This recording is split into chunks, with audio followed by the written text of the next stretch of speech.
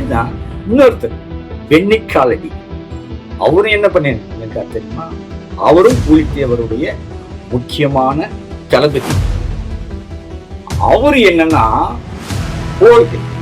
போகும்போது போறதுக்கு முன்னாடி வெள்ளக்காரன் எல்லாரையும் காசை கொடுத்து வாங்கி விட்டான். வெண்ணிக்காலடி மட்டும் காசை கொடுத்து வாங்க மன்னருக்காக உயிரே கொடுக்கிறதுக்கு தயாராயிட்டான். போருக்கு போகும்போது அவனுடைய வயிறு வாளால வெட்டி குடல் கீழே, அந்த குடலை அப்படியே தூக்கி வச்சு தன்னுடைய தலப்பாவை கலட்டி கெட்டிட்டான். கெட்டிட்டு குதிரையில வர்றதுக்கு முன்னாடி வாள் எடுத்து எல்லாரையும் வெட்டி வீசிட்டான்.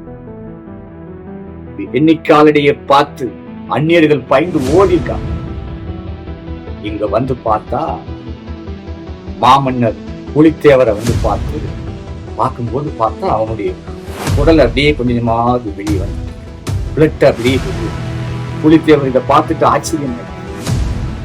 புலித்தேவருடைய மடியிலே உயிரை தியாகம் செய்து எதுக்குமே கண்கலங்காத மாமன்னர் புலித்தேவர் அவர்கள் தன்னுடைய போர்படை தளபதி வெண்ணிக்காலடி காலமாகி விட்டார்.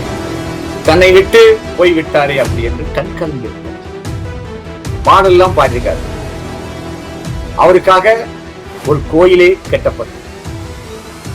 அப்படி ஜாதிகள் இல்லை என்று அந்த காலத்துல ஒற்றுமையாக தமிழ் நாட்டுக்காகவே தமிழனுக்காகவே ஒருவருக்கு ஒருவர் விசுவாசமாக உயிரை கொடுத்து போராடி இருக்காங்க.